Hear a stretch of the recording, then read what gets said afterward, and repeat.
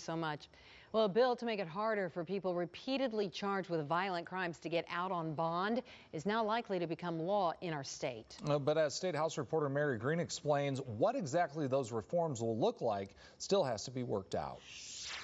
Just days after South Carolina's governor called on lawmakers to close the revolving door of violent criminals who reoffend, a bill to do that will likely be on his desk soon. But the House of Representatives and the Senate passed different versions of this bill, so they'll still need to hash out the details. I think this sends a strong message to the criminals out there that want to keep reoffending, and it's going to tell them you need to stay in jail or quit committing crimes, one or the other.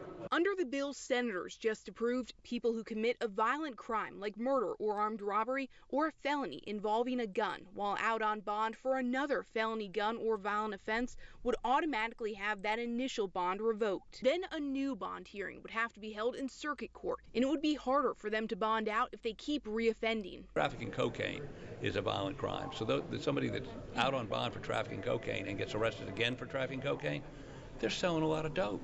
We need to make sure those people are staying in jail and not distributing death. Senators removed a major provision of the House bill that would have tacked on a mandatory additional 5 years to the prison sentences of people convicted of committing a violent crime while out on bond for a different violent crime. Some lawmakers argue this could be unconstitutional, while others contend mandatory sentences aren't an effective deterrent for would-be criminals. Criminals that commit these kind of acts are typically not long-term thinkers. Senators also added new electronic monitoring requirements and a guarantee that people whose bond is revoked under this bill could get a trial within 6 months, giving judges some discretion to delay that. The idea would be that you shouldn't have to languish in jail simply because the state decided you had committed a subsequent offense. Reforming the state's bond law is a top priority this year for Governor Henry McMaster and Republican leaders in the legislature. I think we did a very good job, respecting the rights of the defendant at the same time, improving public safety in South Carolina. We got to have law enforcement's back.